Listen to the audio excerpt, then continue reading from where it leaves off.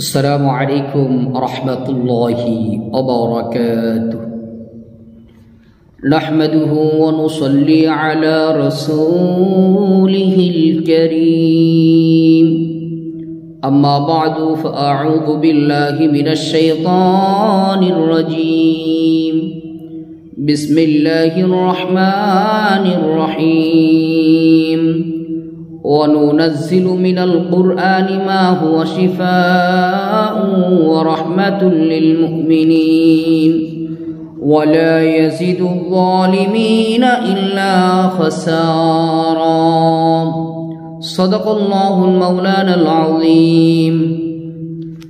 সম্মানিত দিনী ভাই বোনেরা, আপনারা সকলেই কেমন আছেন? আশা করি আল্লাহ সুবহানাহু ওয়া তাআলার রহমতে সকলেই ভালো আছেন। আমিও আল্লাহ সুবহানাহু ওয়া তাআলার রহমতে খুবই ভালো আছি, আলহামদুলিল্লাহ। সম্মানিত দিনী ভাই বোনেরা, আপনাদের মাঝে আজকে একটি বিষয় নিয়ে আসলাম। অত্যাধিক চমৎকার একটি বিষয়, খুবই গুরুত্বপূর্ণ একটি বিষয়। এই আমলটি, আজকের বিষয়টি আপনি ভালো করে ইয়াদ রাখবেন, স্মরণে রাখবেন। আপনারও কাজে লাগতে পারে, আপনার পরিবার লোকদেরও কাজে লাগতে পারে, অথবা আপনার আত্মীয় স্বজনদের জন্য হলেও কাজে লাগতে পারে। বিষয়টি হইতেছে, যে কোনো রোগ থেকে মুক্তি লাভের জন্য কোরআনী আমল। দুনিয়ার মধ্যে এমন কোনো রোগ নাই যে রোগগুলো আল্লাহ তাআলা কোরআনী আমল দ্বারা ভালো করবে না, এরকম কোনো রোগ দুনিয়ার মধ্যে নেই। কেননা কোরআনে হাকিমের মধ্যে আল্লাহ তাআলা জাল্লা শানহু ইরশাদ করেন, কোরআন হইতেছে মুমিনদের জন্য শেফা, মুমিনদের জন্য শেফা। কাজে একির ও ইখলাসের সাথে যদি আমল করেন, ইনশাআল্লাহ যে কোনো রোগ থেকে মুক্তি পাবেন। আজকে আমি দুইটি আমলের কথা বলবো, যেই দুইটি আমল করার মাধ্যমে আপনি যে কোনো রোগ থেকে মুক্তি লাভ পেতে পারেন। আপনি অথবা আপনার পরিবারের লোকেরা অথবা আপনার আত্মীয় স্বজন, যে কোনো ব্যক্তির জন্য আমলটি করতে পারেন। আমলটি আনোয়ার শাহ কাশ্মীর রহমতুল্লাহি আলাইহি তার আমলিয়াতে কাশ্মীরি কিতাবের ভিতর আমলটি এনেছেন, এবং আমালে কোরআনের ভিতর আশরাফ আলী থানভী রহমতুল্লাহি আলাইহি আমলটি এনেছেন, এবং আমলিয়াতে আকাবির যে কিতাবটি আছে, এই কিতাবের ভিতরে এই আমলগুলো হুবহু একইভাবে আসছে। এক নম্বর আমল, আপনি প্রথমে একটি কাচের প্লেট নেবেন, একটি কাচের প্লেট নেবেন। একটা কাচের প্লেট নেওয়ার পরে আপনি অজু করবেন। অজু করে পবিত্র জায়গায় বসবেন প্লেটটি নিয়ে। এরপর কয়েকবার ইস্তেগফার পাঠ করবেন, 11 বার অথবা 21 বার দুরূদ ইব্রাহিম পাঠ করবেন।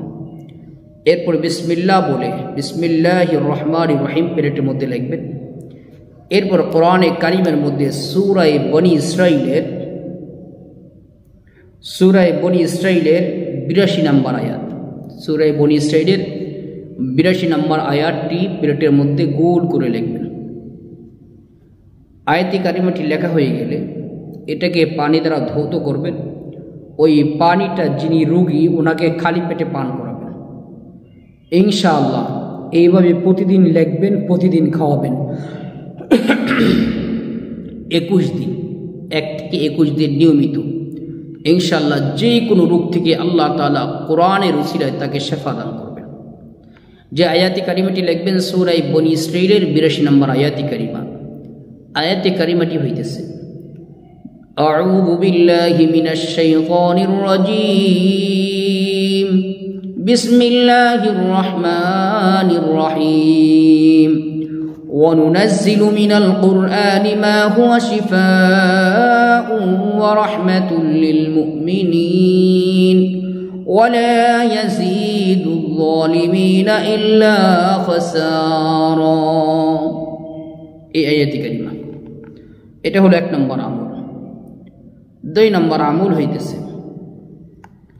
আরেক বোতল পানি নেবেন।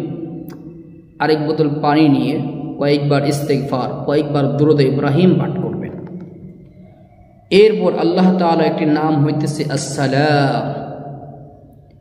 আসসালাম এটা আল্লাহ তাআলা একটি গুণবাচক নাম। আসসালাম, এই আল্লাহ তাআলা গুণবাচক নামটি 1000 বার পাঠ করবেন। এরপরে পানির মধ্যে ফু দিবেন। সূরাতুল ফাতিহা 7 বার পাঠ করবেন, পানির মধ্যে ফু দিবেন। সূরা ফালাক ও সূরা নাস 7 বার করে পাঠ করবেন, পানির মধ্যে ফু দিবেন। এরপর আল্লাহ তাআলা আরেকটি গুণবাচক নাম হইতেছে ইয়া কহারু। ইয়া কহারু বা আল কহারু, আল্লাহ তাআলা এই নামটি 121 বার পাঠ করবেন, পানির মধ্যে ফু দিবেন। এই পানিটাও সারা দিন পানির সাথে মিশিয়ে পান করাবেন। ইনশাআল্লাহ এই দুইটা আমলের মাধ্যমে যে কোনো রোগ থেকে আপনি শিফা পাইবেন, মুক্তি পাইবেন ইনশাআল্লাহ। আল্লাহ সুবহানাহু ওয়া তাআলা আমাদেরকে দুনিয়ার যে কোনো সমস্যার সম্মুখীন হলে কোরআনে আমল করার তৌফিক দান করুন, আমিন। আসসালামু আলাইকুম ওয়া রাহমাতুল্লাহি ওয়া বারাকাতুহু।